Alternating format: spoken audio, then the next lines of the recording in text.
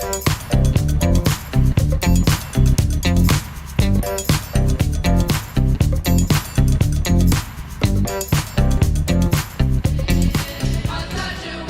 gente. Boa tarde a todos. É um prazer estar com vocês para iniciar mais um bate-papo, o nosso projeto Manual do Proprietário, semanalmente com vocês, às terças-feiras, 14 horas, há 10 anos, trazendo dicas, comentando trabalhos científicos, sugerindo algumas mudanças de hábito, tudo na intenção de melhorar a qualidade de vida, de fazer prevenção de fato de doença e melhorar também a qualidade da vida emocional. Não dá para ter uma sem outra, e vocês concordam comigo. Hoje eu quero falar com vocês um pouquinho sobre algo que tentam mistificar a prática ortomolecular, a medicina integrativa funcional. E vocês vão ver que, na verdade, isso é mais o sinônimo de preguiça, na verdade, do que deveria estar ocorrendo. Mais preguiça quando as pessoas falam falta de evidência científica para essa medicina. Então, eu queria que vocês soubessem que, se vocês procurarem em sites científicos, o Google Científico, a PubMed e dezenas de outros, vocês vão encontrar dezenas de milhares de estudos falando e comprovando que outras coisas atuam e atuam muito bem, coisas essas que não são só drogas farmacêuticas. Então, eu queria que vocês soubessem, antes de mais nada, que o profissional que pratica essa medicina integrativa funcional, a prática ortomolecular, ele é, antes de mais nada, um médico convencional, como qualquer um outro, e com toda a experiência, com a sua respectiva especialidade ou especialidades, mais de uma, que cursou durante a vida.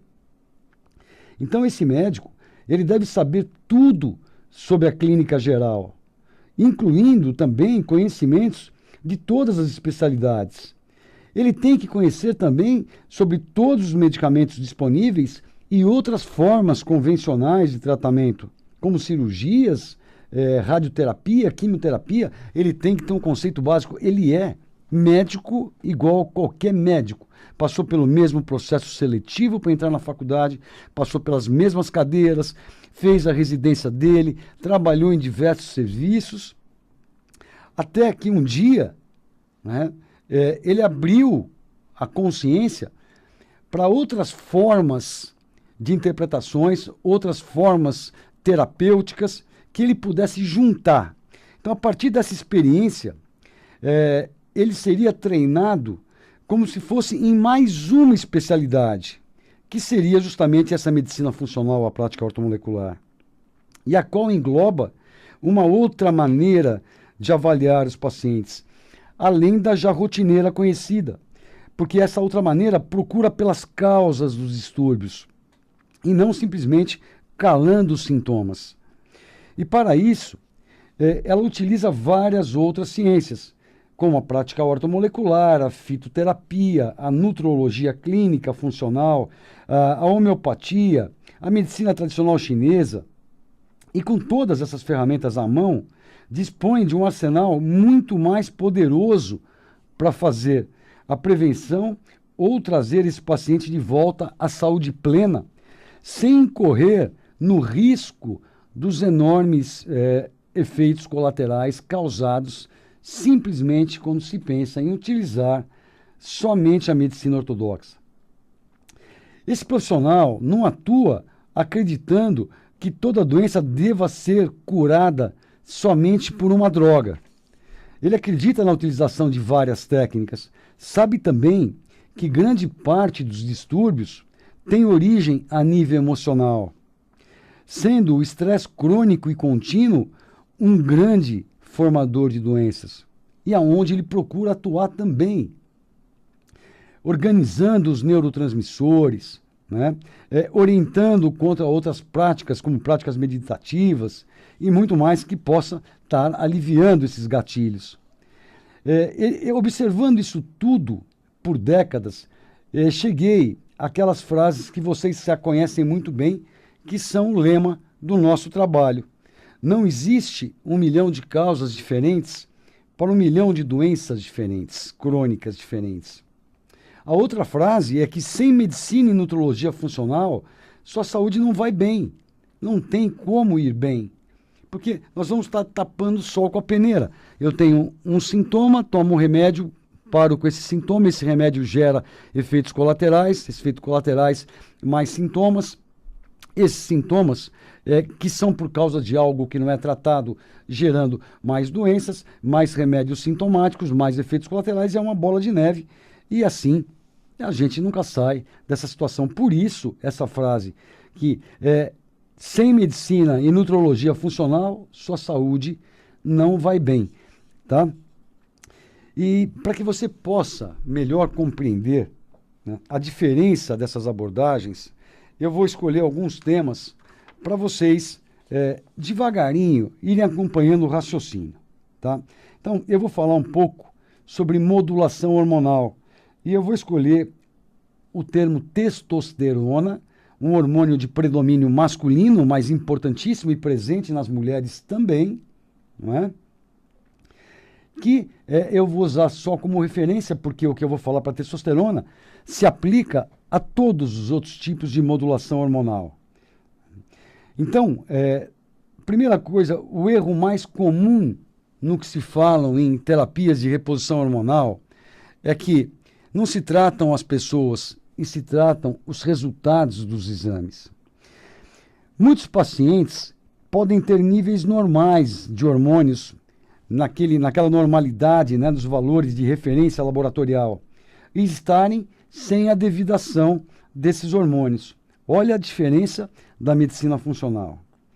E como identificar esses casos? O mais importante, primeiro, como tudo no diagnóstico médico, é primeiro colher toda a informação clínica do paciente, tudo o que ele sente. Então essa é a entrevista, que a gente chama de anamnese.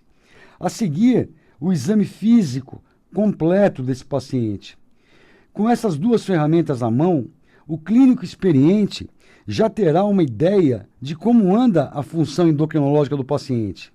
Agora sim, partir para a análise completa e correta dos resultados bioquímicos laboratoriais. Então, eu vou escolher alguns exemplos para ilustrar para vocês a importância dessa interpretação da medicina funcional. Então, vamos imaginar um homem com 47 anos de idade e ele chega no consultório dizendo que há 2 anos está com um quadro de falta de energia, cansaço, perda de massa muscular, aumento da gordura, ganho de peso, irritabilidade, diminuição do desejo sexual, da libido. E observação, você vai conhecer... Não, isso eu vou falar para vocês no decorrer do nosso papo hoje. Então, ele tem essas queixas todas. Ganho de peso, massa gorda, falta de energia, fadiga, disfunção erétil, diminuição da libido. E vamos aí, então, analisar os exames de laboratório dele. Então, ele tem uma testosterona total que está em 250. Para vocês terem uma ideia, os valores de normalidade vão de 175 a 780. Então, a dele, como está em 250, está dentro do normal. A testosterona livre, a que está pronta para agir, está em 5. E o normal vai de 3 a 19. Também normal, certo? Muito bem.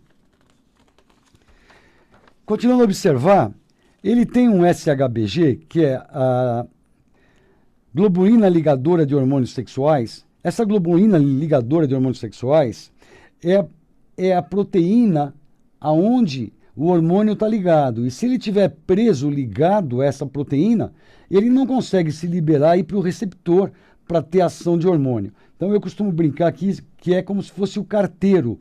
essa SHBG, a globulina ligadora de hormônios sexuais. O carteiro que carrega as correspondências, né?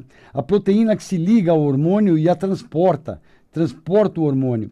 Então, se o carteiro não tirar a sua correspondência e entregar a sua porta, essa porta seria o receptor para receber o hormônio, você não terá informação dessa correspondência, não é isso? A mesma coisa com o hormônio. Se ao final do dia a mala dele estiver cheia do carteiro, é sinal que ele não entregou as mensagens. E o mesmo acontece com SHBG, que é essa proteína. Se ela estiver alta, você vai ter pouca ação hormonal. Então, vamos dar um tempinho aqui para você entender. Então você vai falar assim que os exames desse homem estão todos normais, na faixa normal. Sim, estão todos normais. Testosterona total normal, testosterona livre normal, o SHBG, essa proteína que carrega e transporta a testosterona também normal, está tudo normal.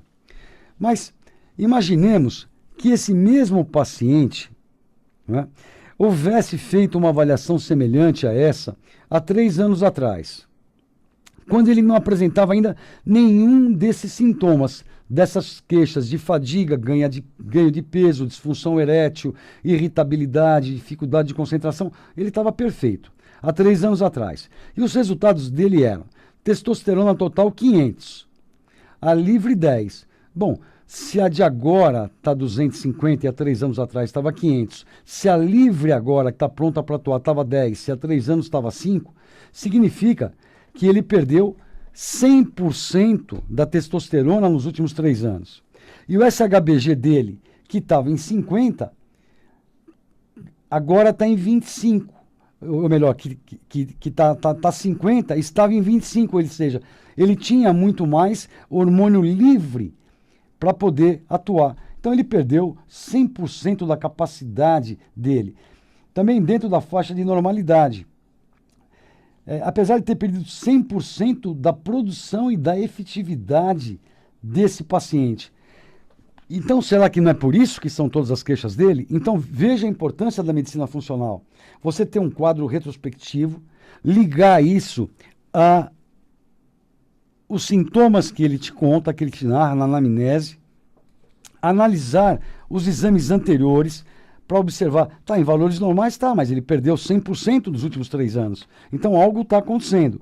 Agora imagine que esse mesmo paciente de 47 anos tem um irmão de 49 anos, saudável, sem nenhuma queixa, e que seus resultados desse mesmo hormônio agora estão assim.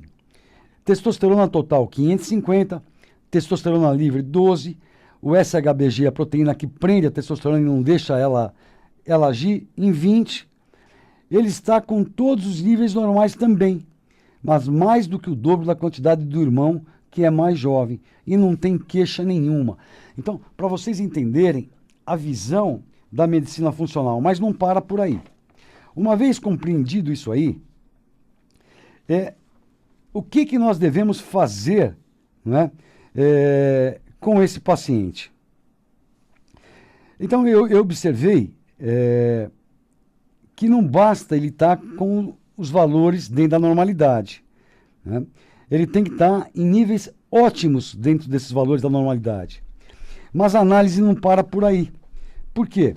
Porque se eu detectei que esse homem perdeu 100% da produção de testosterona nos últimos 3 anos, eu preciso saber o que aconteceu com ele.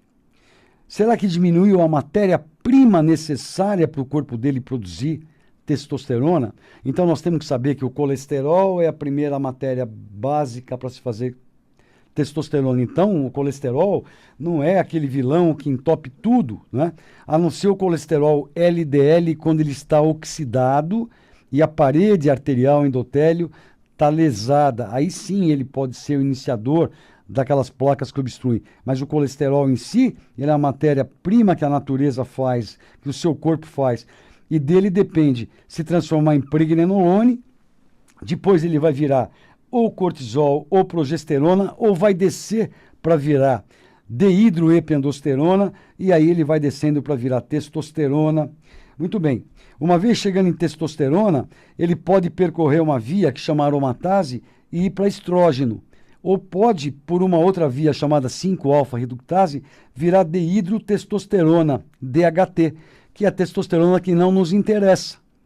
É a testosterona da barriguinha de chope, da careca, não é? Então, não interessa, eu preciso manter os níveis de testosterona. Então, para eu saber o que aconteceu, será que diminuiu a matéria-prima?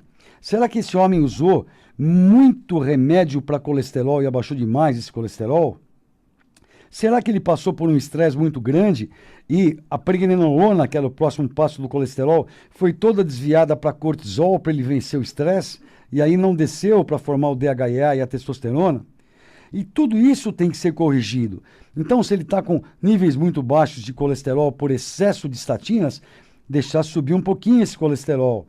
Se ele está em níveis de estresse, cuidar desse estresse dele para ele precisar de fazer menos cortisol e sobrar mais substância, matéria-prima para ir descendo e virar testosterona. Então, ele tem que cuidar da suprarrenal desse paciente. Depois, eu quero saber se ele tem capacidade de fazer ou não. Então, quando chega lá embaixo, eu tenho que dosar também o estradiol desse homem e o DHT ali do testosterona para saber se não estão altos. Porque se estiverem altos, é porque essa testosterona está sendo formada, mas está sendo desviada para estrógeno ou DHT. Então não adianta, quanto mais eu der de testosterona para ele, mais vai seguir esse caminho, mais estrógeno ele vai fazer. Então nós temos que procurar fechar essas vias, que é da aromatase, para não transformar a testosterona em estradiol.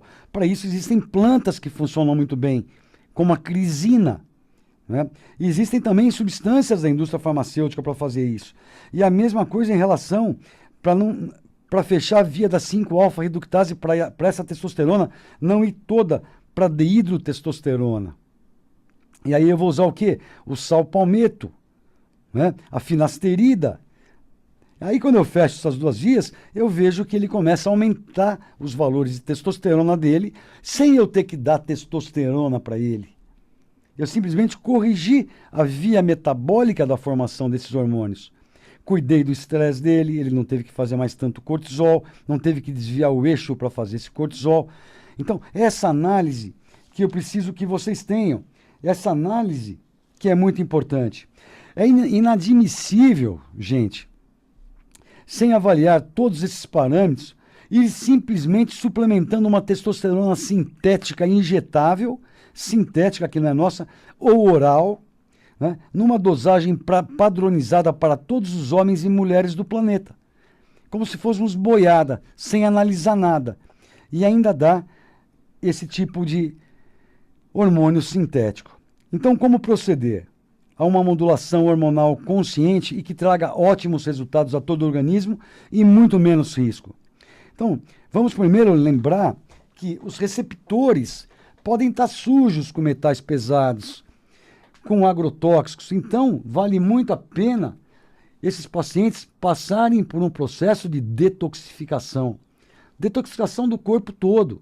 Com isso também, eu vou estar limpando os receptores de membrana e os receptores intracelulares, para que eles possam receber não só a testosterona, mas todos os hormônios e se acoplar no receptor para poder mandar mensagem. Então, a limpeza é muito importante.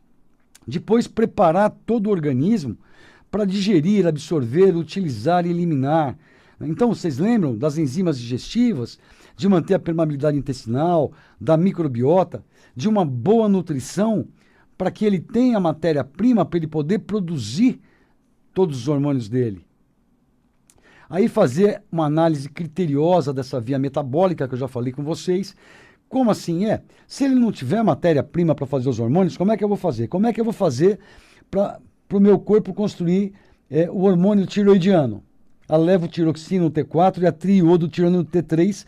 Se eu não tiver o aminoácido L-tirosina, se eu não tiver selênio, se eu não tiver zinco, se eu não tiver iodo. Então, além de limpar esse corpo, eu tenho que suplementar as matérias básicas necessárias à produção de cada hormônio. Olha só a importância da medicina funcional. Não é simplesmente ir lá e comprar uma droga sintética e se injetar. Aliás, hormônio sexual não se usa nunca por boca, pessoal. Sempre pela pele. Porque por boca ele vai ter que ser metabolizado, passado pelo fígado, e aí o metabólito dele depois que vai para o receptor. E não vai levar a informação que a gente quer, que é a informação do próprio hormônio. Tá ok? Então, após tudo ter sido avaliado e corrigido, e se assim mesmo for necessário suplementar ou repor algum hormônio, prefira sempre que se utilize hormônios bioidênticos ou isomoleculares, cuja estrutura é idêntica ao produzido pelo nosso organismo. Para hormônios sexuais como a testosterona, progesterona, estradiol e estriol, use sempre por pele, a via transdérmica. Existem aplicadores muito práticos hoje, que cada vez que você aperta o tubinho já sai 1 ml, você massageia aquilo na sua coxa e 1 minuto depois você pode pôr sua roupa e ir trabalhar e vocês vão ter a melhor forma de suplementação, os melhores resultados, com a maior segurança e com menor custo. Nada desses implantes que vão ficar 1 ano dentro do seu corpo, liberando todo dia a mesma quantidade de hormônio. Isso tudo é muito dinâmico, o nosso corpo é dinâmico, ele muda todo minuto, toda hora. Você vai colocar uma quantidade igualzinha para liberar 1 ano, sendo que a cada 4 meses você pode repetir um exame de sangue e mudar a composição do seu gelzinho bioidêntico. Você vai estar muito mais sincronizado com a natureza, colhendo resultados muito melhores e com um custo muito mais baixo. Isso aí é uma modulação hormonal inteligente. E eu queria ilustrar isso um pouquinho no restinho de tempo. Eu falei para vocês de um trabalho chamado WHI, que é o Human Initiative, que foi feito pelo governo americano. Esse estudo foi feito, o Women's Health Initiative, foi iniciado em 1991 pelo Instituto Nacional de Saúde americano, pelo governo americano e não pela indústria farmacêutica, onde 160 mil participantes mulheres menopausadas com idade entre 50 e 79 anos e tinha uma previsão de segmento de 15 anos. Essas mulheres foram divididas em 2 grupos. Um grupo utilizava os hormônios sintéticos por boca, isolados ou em combinação, que era o Premarin. O que é o Premarin, que é o nome comercial? São estrogênio conjugado de éguas, não é o nosso hormônio, que não é o nosso estradiol. E o Provera, que é uma progestina, ou medroxiprogesterona acetato, que também não é a molécula da nossa progesterona humana. E o outro grupo utilizava um placebo, pílulas idênticas, mas que não contém nenhum composto ativo, como se fosse uma pílulazinha de açúcar. O intuito era observar se a reposição hormonal era uma boa prática para diminuição da incidência de câncer de mama, câncer coloretal ou de intestino grosso, doença cardiovascular, infarto e AVC, e fraturas por osteoporose, entre outras condições, já que milhares de americanas vinham sendo tratadas com essas drogas e o governo queria saber se isso funcionava ou que risco elas corriam. Vocês sabem do desfecho desse estudo? Esse estudo foi encerrado muito antes do previsto por evidenciar aumento importante na incidência de câncer de mama, de doença cardiovascular, infarto, acidente vascular cerebral, embolia pulmonar, no grupo das mulheres que utilizavam os hormônios sintéticos por via oral, comparado àquelas que usavam a pílulazinha de açúcar. Então a pergunta que eu faço é, como é que pode ter ainda colega utilizando ou pessoas se deixando tratar por hormônios sintéticos na mesma dosagem, que não são nossos hormônios, que são derivados de urina de égua prenha ou cópias sintéticas dos nossos hormônios, sabendo que um estudo desse foi encerrado em 1991, só se a memória for muito curta. Pessoal, eu acho que eu consegui dar um pouquinho do exemplo da importância do que é medicina funcional. E quando alguém fala para vocês de prática ortomolecular em medicina funcional, pode dizer para eles que existem milhares e milhares de citações científicas e que é muito difícil ser um bom médico funcional ou médico ortomolecular, porque você tem que estudar tudo o que todo mundo tem que estudar e muito, muito, muito mais coisas ainda. Então, gente, nosso papo é ótimo, nosso tempo voa. Eu quero desejar a todos uma ótima semana. Sorte para a nossa seleção. Muita saúde e paz para vocês. Um abração. Terça-feira que vem, tamo juntos. Tchau, tchau, pessoal.